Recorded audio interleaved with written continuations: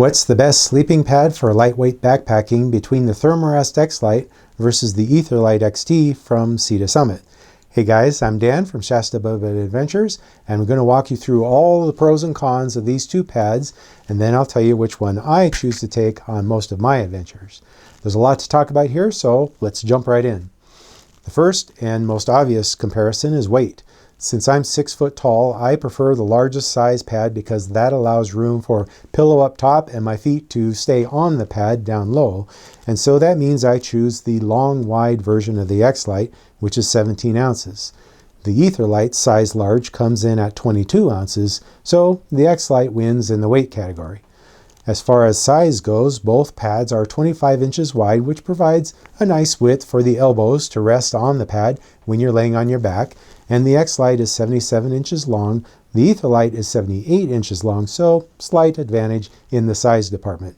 I should mention that my Xlite has been updated to a new version called the NXT, and I'll describe all the changes as they come up, but it's worth talking about both models since the old version is still available on Amazon at a huge discount. So if you don't care about the updates, that could be a great deal, and I'll put links to all three pads in the description below.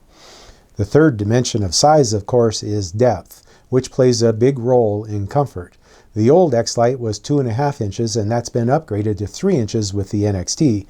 However, the Etherlight is a whopping 4 inches, which frankly blows both versions of the Thermarest out of the water. The next important category is R value, which is a measure of how warm these pads will be to sleep on.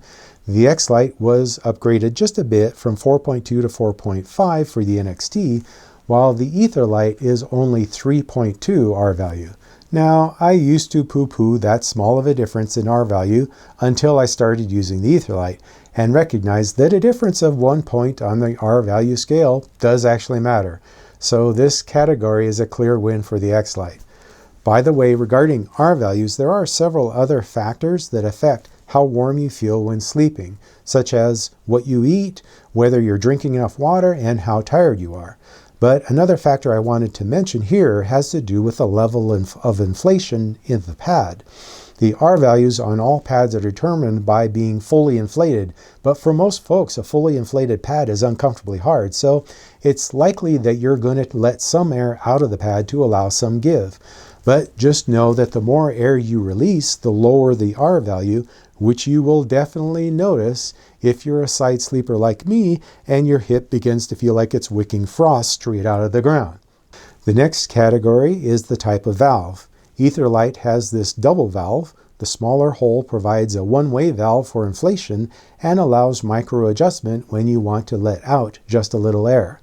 The large hole is for rapid deflation when packing up in the morning. I have to say I'm not really crazy about this valve. In fact, I think it's the biggest flaw of the Etherlight. I do like the large hole for deflation, but the fact that they overlap caused me no end of confusion in the dark of night when I wanted to micro adjust. I couldn't figure out which flap to pull open. And I finally figured out that by feeling carefully, I could tell which was on top, and it just made sense to me that the smaller hole would be on top, so that helped. However, the micro adjust is kind of difficult to control accurately, and on one occasion got stuck open. And believe me, this valve is also a pain to inflate in the middle of the night. The valve on the old Xlite is a simple twist type, which can be slow and noisy to deflate, but it's great for micro adjustment, either to deflate or add a little bit more if you deflated too much. The valve on the NXT looks to me to be a significant improvement in that it retains the simple twist valve but adds a means for rapid deflation with the wing lock mechanism. I've read that this means of deflation still isn't as fast as the Etherlight, but at least you can't get them mixed up. Either way, the valve is a win for the Xlite over the Etherlight. Now, related to the valve is the method of inflation. My old Xlite is inflated with a trash compactor bag fitted with this special tap that was made by Thermarest for a time. This was such a great system that I have to admit being really sad to let go of this method because it doubled as a pack liner for really heavy rainy days, and I also used it as a ground cloth for the gear beside my bed. So really hate to let go of such a multi-use item, and yes, I am fully capable of being sentimental about a garbage bag. The new NXT comes with its own inflation bag, and the Etherlight uses the stuff sack to double as an inflator. I have to admit that the design of the Etherlight stuff sack is really clever, so it just takes a couple of puffs of air to fill it. But it doesn't really catch the breeze and fill itself like my old garbage bag does, so I'm going to have to score 1 in the column of the old version Xlite here. And it looks like this might be true of the inflator bag that comes with the NXT version. One thing I don't like about the Etherlight stuff sack is that it's a bit too long to fit nicely horizontally in the pack. It fits okay, but it bolsters out the sides a little bit, so I wish that it was just an inch or so shorter to fit better. I always just fold my Xlite because I prefer packing flat things versus round things, and the Etherlight does seem to take up more space in the pack, so score another win for the Xlite in the category of less volume in the pack. One of the biggest complaints you hear of the Xlite is the noisiness of the fabric. People usually describe it as sounding like a crinkling potato chip bag, and here's what that's like.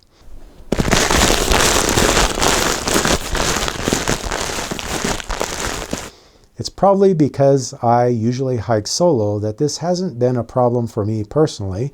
However, you should know that Thermarest has heard all the complaints and made a major adjustment to this issue, so the NXT is significantly quieter. There's a whole video on the Thermarest website detailing the links they went to in creating a quieter pad, and they seem to have succeeded. Now, noise was even less of an issue for me with the Etherlight, although some folks have complained about it, so this is what it sounds like.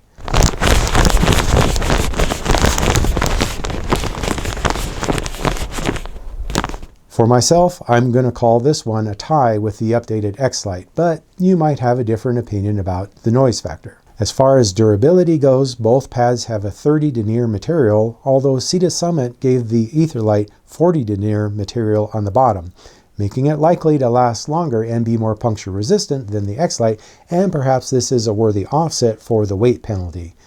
I did actually get a puncture in my Xlite, so this is something worth considering. For what it's worth, I was able to patch that hole, and it has held up for, I believe, at least 3 more years afterwards so far. And now we come to one of the most important categories, comfort. The Xlite has a horizontal baffle design, which is not really the best for staying on the pad if you're someone who moves around a lot in the night, like I do, versus this dimpled design, which ShastaBubba calls the air-sprung cell construction. This provides great support for pressure points, which is important if you are a side sleeper like me and need to have your hips not ground out. And I have to say that even though these two pads are the same width, it just seems much easier for me to stay on the pad when tossing and turning throughout the night than the Xlite. This might sound silly, but it just seems like I have to come fully awake when I turn on the Xlite, and so I just sleep a lot better on the Etherlight. This design, together with the greater thickness, makes sleeping on the Etherlight just light years better for me than the Xlite. And so, despite the fact that the Xlite wins in more categories than the Etherlight, it's this pad that I reach to more often to take on my adventures. Getting a good night's sleep is so important to the overall enjoyment of a backpacking trip that I'll gladly carry an extra few ounces to accomplish that with the Etherlight.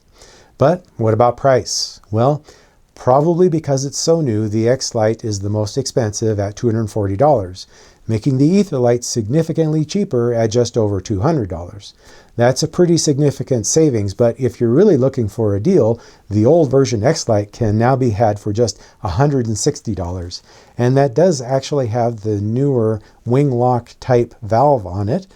So you would really only be giving up the quieter material, a ½ inch of thickness, and 3/10 of an R value for a pretty nice deal on a pad that served me well for many years.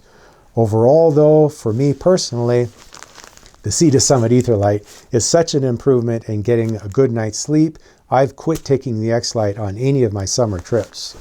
Shoulder season trips is a whole different answer though, when the temperature might get down below freezing at night. I'm probably going to reach, not for the Xlite, but for my other Thermarest pad, the Xtherm, because that has the same features and level of comfort, but increases the R value to a toasty 6.9 for the old version. The Xtherm also has an updated NXT version, and that is now a 7.2 R value, which is a more important factor in extreme weather than general comfort. Although another possible solution might be to take a closed-cell foam pad along like the Xlite Sol, which would add 2 points to the R value and some security in case the inflatable pad was punctured. Another pad I haven't mentioned in this video is the Nemo Tensor Insulated. The Tensor is the third of the top 3 most popular ultralight sleeping pads, and by the numbers seems to come in right in the middle between the Xlite and the Etherlight, with a weight of 21 ounces, 3 inches of depth, and an R value of 4.2. But I haven't had a chance to test it myself, so instead I'll just put a link up here to the great review done by Justin Outdoors in case you're interested in the Tensor. Incidentally, Justin came to the same conclusion as I did, that the Etherlight is the most comfortable of the 3, so I'm just going to stick with the Etherlight until Nemo decides to send me a Tensor to test for free.